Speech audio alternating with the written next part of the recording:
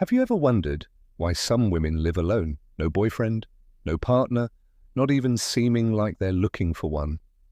The answer isn't loneliness, lack of options, or heartbreak. It lies in something more uncomfortable, more unsettling, something that deconstructs everything we were taught about a woman's role. Because when a woman chooses to be alone, she isn't getting lost, she's finding herself. And that kind of self-discovery doesn't come with applause, likes, or company. It comes with silence, strength, and a kind of freedom most people still don't understand. No, she's not lonely, she's selective, she's not cold, she just got tired of burning for people who never wanted to feel the warmth. There's something profoundly threatening about a woman who doesn't need a relationship to feel whole. Because that shatters the logic of control, dismantles the myth of emotional dependency, and reveals a brutal truth. Most men don't know what to do with a woman who doesn't need saving.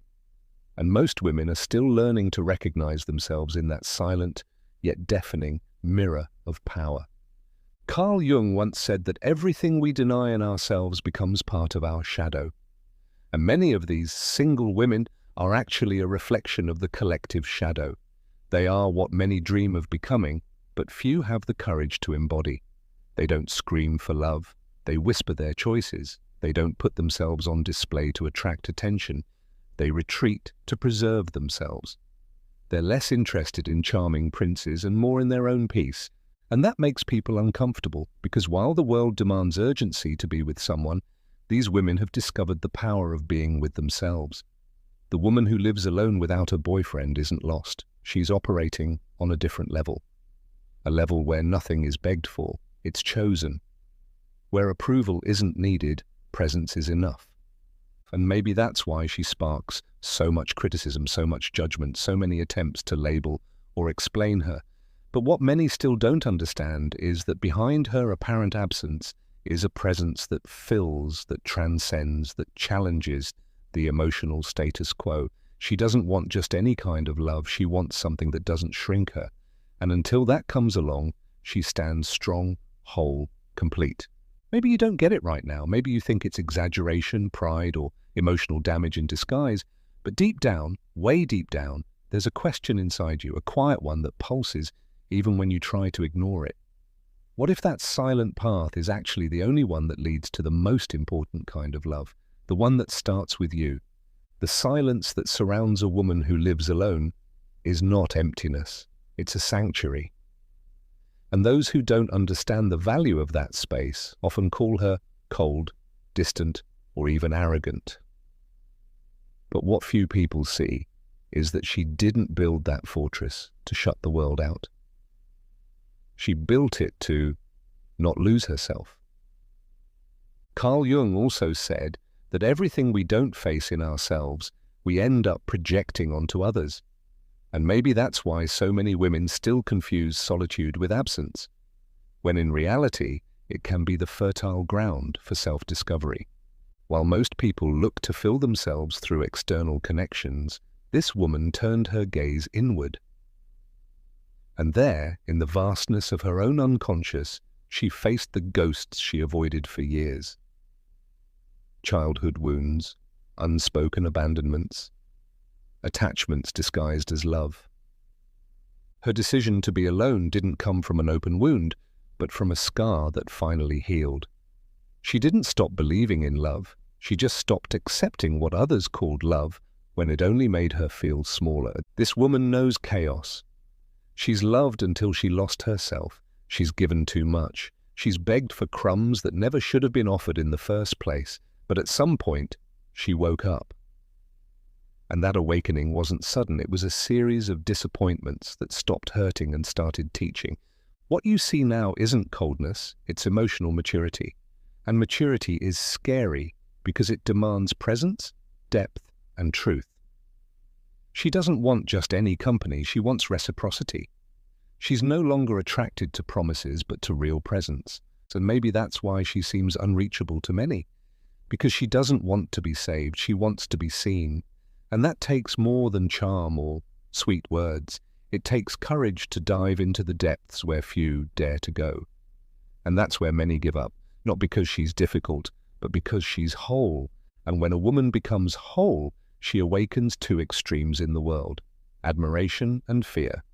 Admiration from those who are also seeking that wholeness, fear from those who still live in halves, waiting for someone else to make them feel complete. She doesn't want to complete anyone. She wants to overflow alongside someone who has also found themselves. Until then, she remains alone, not by fate's whim, but out of loyalty to her own soul. This woman isn't hiding, she's protecting herself. There's a vast difference between isolating and preserving oneself, but the world doesn't easily accept a woman like this. A world that still preaches happily ever after, only exists in pairs, a world that distrusts those without a partner, as if that were a sign of failure. Carl Jung once said that where convention rules, there's little room for authenticity. And this woman doesn't live by convention, she lives by essence. She hears phrases like, "You're too picky," "You should be more open," "Nobody's perfect." And she smiles. A calm, steady, almost ironic smile, because she knows what many call picky is simply the bare minimum. The minimum it took her decades to realize she deserves. She's not looking for perfection, she's looking for someone mature enough to love without destroying. Someone who's done the inner work she has already faced. And let's be honest, that's not something you find on just any street corner. The discomfort she causes isn't in what she says, it's in what she represents. She's living proof that it's possible to be happy without depending on anyone else. And that tears masks off. Men who feed on female insecurity feel threatened. Women still trapped in the need for approval feel judged. But she isn't here to confront anyone. She's just being. And the authenticity of someone who has freed herself is by itself a brutal mirror to those still living in chains. This woman isn't in a hurry. She doesn't need to rush things to please anyone. She respects her own pace. And for that she stirs a silent fury in a society that wants everything now. She wants depth while the world chases distractions. She wants presence while the world offers only shallow availability. She longs for soul-level bonds while everyone else is trying to look interesting on the next Instagram story. And when she says no, it's not a game, it's truth. When she walks away, it's not drama, it's self-defense. When she chooses to stay home instead of going out with someone empty, it's not arrogance, it's clarity. And that clarity, earned through pain and surrender, is her greatest revolution. Because she doesn't live to please, she lives to be. And that simple act, being, is what makes her so dangerous to the system. Perhaps what unsettles people most about this woman isn't her solitude, it's the peace she's found within herself. Carl Jung taught that those who look outward dream, but those who look inward awaken. And it was precisely that inner journey that she took. It wasn't easy. It was a grueling process of stripping off masks, facing the ghosts of emotional dependency, and rebuilding herself piece by piece. She no longer defines herself through the eyes of others. She sees herself through her own eyes. And that changes everything. How many times have you wondered if being alone is failure or freedom? How many times have you felt the need to justify yourself for not having someone by your side? This woman has felt that too. She once thought there was something wrong with her for being alone in a world that idolizes couples, even unhappy ones. But one day, she understood. It's better to be alone than to be invisible in a relationship. And that day, she made a pact with herself. Never again would she accept less than what she truly deserves. Her path is not a straight line. There are days of doubt, moments of nostalgia, nights of deep silence, but there's also a strength that grows with each decision made in awareness. She learned that true love doesn't cage, doesn't consume, doesn't manipulate. The love she wants is the kind that liberates, that adds, that supports without suffocating. And until that love arrives, she chooses to keep growing on her own, not out of pride, but out of integrity. This woman is the living embodiment of Jung's individuation. She shattered, faced her shadow, descended into the unconscious, and returned more whole than ever. And now that she recognizes herself, she refuses to be half of anything again. She doesn't want someone to complete her. She wants someone to share that awareness with. That's intimidating because it demands emotional responsibility. And sadly, few are willing to love responsibly. Most still love out of lack, out of possession, out of fear.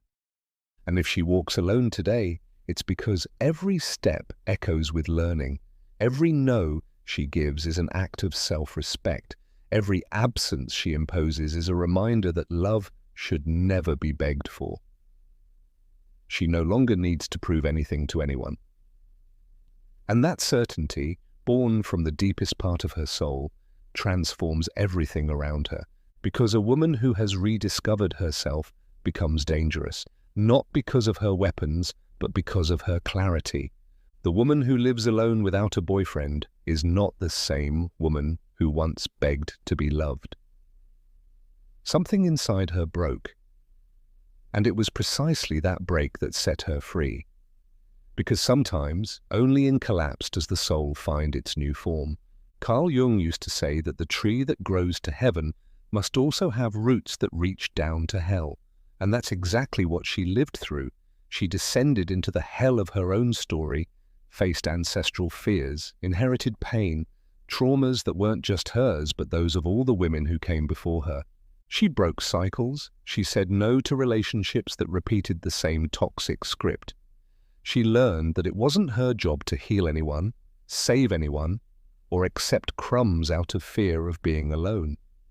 And when she stopped accepting less, the world tried to convince her she was wrong.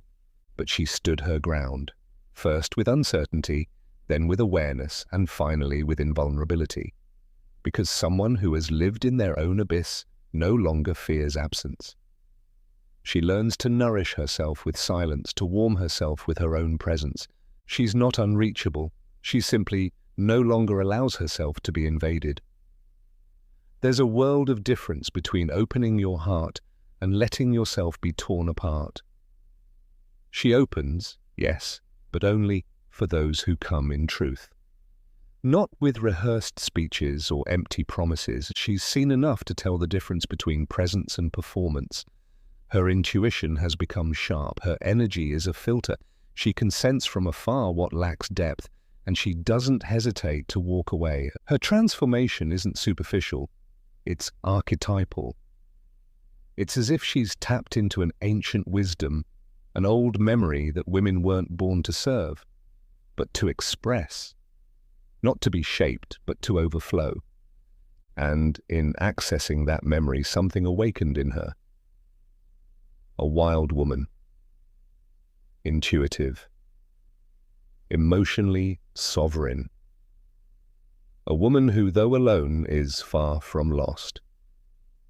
She's in communion with something greater, with her own destiny.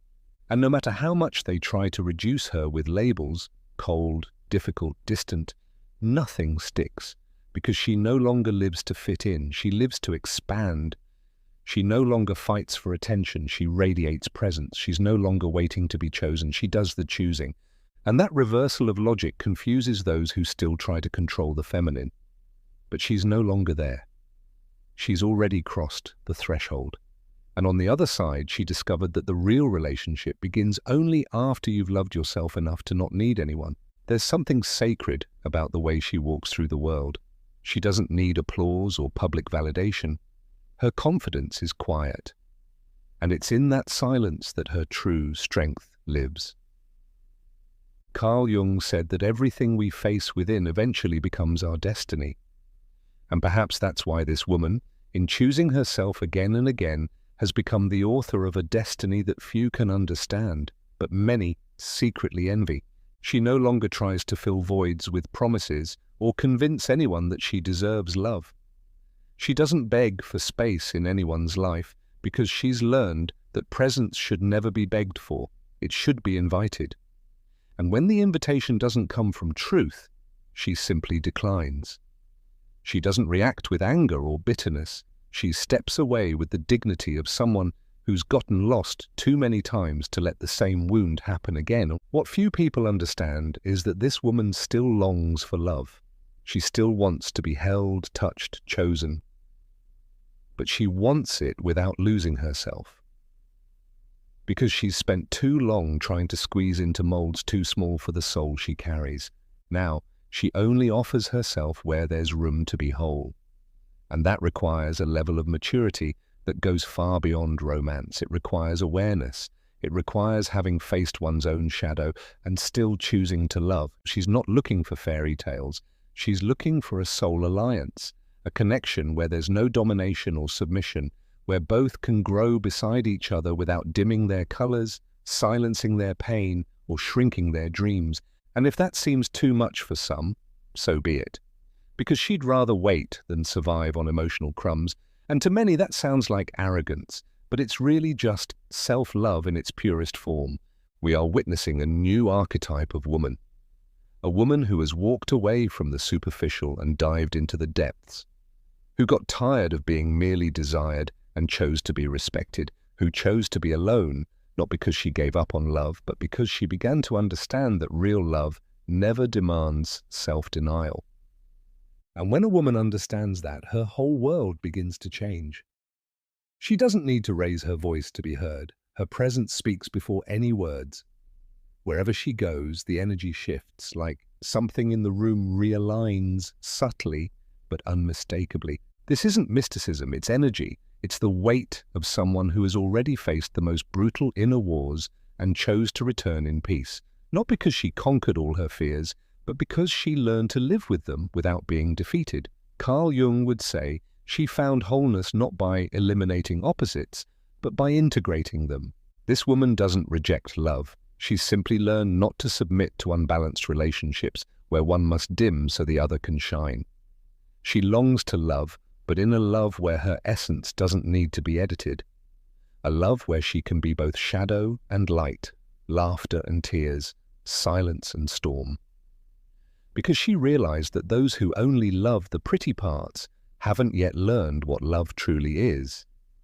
And those who demand constant sweetness still don't understand the beauty of bitterness, so necessary for growth. She's too whole to settle for halves, too free to accept prisons disguised as care, too sensitive to endure shallow bonds, and at the same time strong enough to keep choosing this path.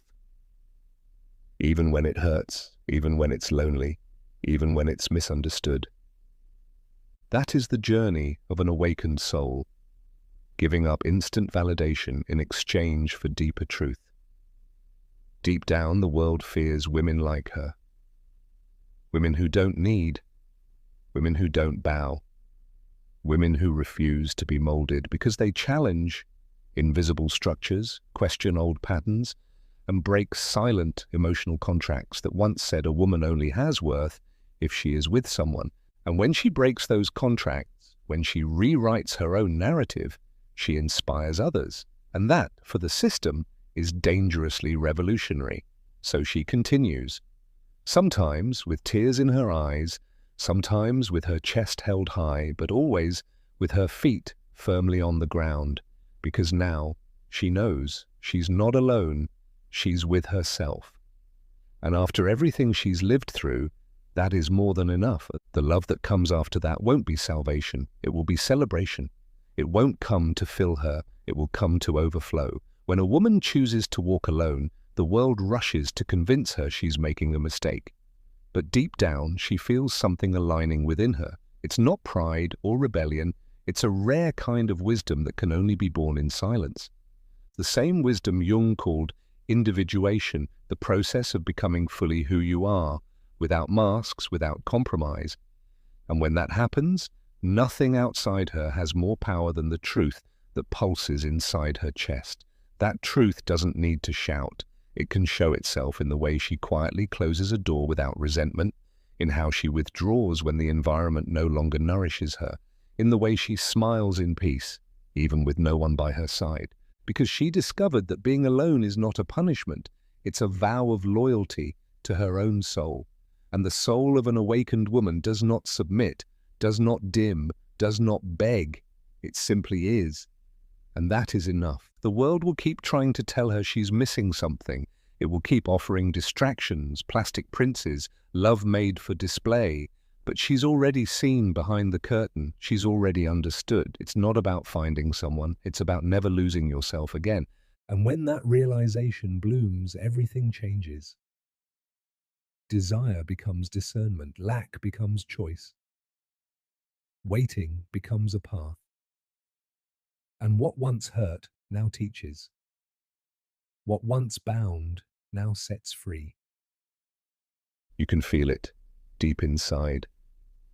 That stirring, that spark.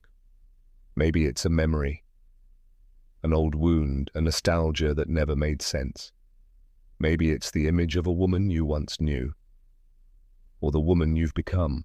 In either case, something within you is asking to be seen more clearly, something that no longer fits in old molds, something that, if you let it, could completely transform how you relate to love, to others, and most importantly, to yourself. That woman who lives alone is more than just someone who doesn't fit the mold. She is a living symbol of emotional freedom, a reminder that it's possible to rebuild without hurry, without fear, and without needing to prove anything to anyone. She doesn't walk ahead of anyone, but she doesn't follow either. She carves her own path, unique, inviolable. And along that journey, she lights little fires for others who are waking up too. If something inside you was touched by this story, maybe it's because, deep down, you too are ready for a new kind of love. A love that begins with reconciliation with yourself. A love that feeds on silence, presence, and truth. A love that can't be negotiated, begged for, or disguised. And if that love hasn't come yet, maybe it's because you first needed to become the woman who no longer accepts less than she deserves. And if this message found you at the right moment, or awakened someone you forgot was living inside you, then I invite you not to keep it to yourself. Share this video with other women who need to remember their own strength. Like it, comment, and subscribe to this channel. Not out of impulse, but out of choice. Because when something touches the soul, the least we can do is let it keep resonating within us and through us.